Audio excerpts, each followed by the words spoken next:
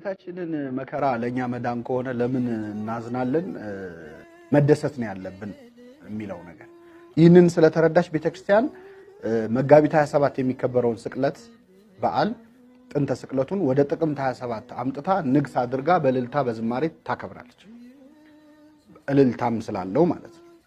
ግን ደግሞ ምንም እንኳን በመዳናችን ብንደሰትም እኛን ለማዳን የተቀበለውን መከራ ግን ደግሞ ስናስበው የተደረገልን ውለታ መጠን የፍቅሩ መጠን ደግሞ እንድናዝን እንድናለቅስ ያደርገናል። ለምሳሌ አንድ ሰው ከቤተሰባችን ሲሞት የሚሞተው ወደ እግዚአብሔር ሊሄድ ነው ወደ ተሻለ ህይወት ነው የሚለውን እኮ እናውቃለን። ለምን እናለቅሳለን? የተሻለ ቢሆንም ግን ደግሞ ለዛ ሰው ያለን ፍቅር መሞቱን ስናስብ መቃብሩስ መቀበሩን አፈር መቅመሱን ስናስብ እናለቅሳለን። የክርስቶስ ሞት ግን የሞተው የኛን ሞት ለየት የሚያደርገው የሁላችንን ሞት ተሸክሞ ነው የሞተው። ኃጢአት ያመጣውን ሞት ነው መጥቶ የተቀበለው። እግዚአብሔር በሰው ልጅ ላይ ሞትን ፈረደበት። ፈርዶበት እንዳይቀር አዘነለት።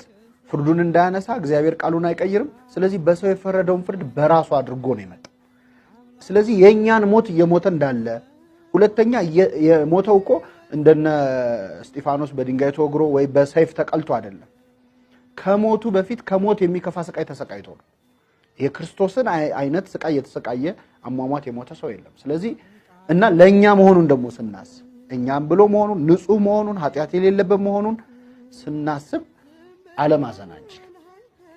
በሞቱ ያገኘነው ነገር አስበን ደግሞ የትንሳኤ ደስታ ደግሞ እንደሰታለን እኮ 50 ቀናት ቤተክርስቲያን ታከብራለች። ከዛ በኋላ የስቅለቱንም ጉዳይ ቢሆን ልክ 11 ሰዓት ላይ ነፍሱ ከስጋው ተለይታ ወደ ሲኦል መውረዱን በማሰብ እኮ እልልታ ዝማሬ ደግሞ ይደረጋል። የስቅለቱ ዕለት ራሱ ሲኦል የተፈጸመውን በማየት ቀራንዮ የተፈጸመውን በማየት ስናለቅስ ውለን ሲኦል የተፈጸመውን በማየት ደግሞ ስንዘምር እናመሻለን።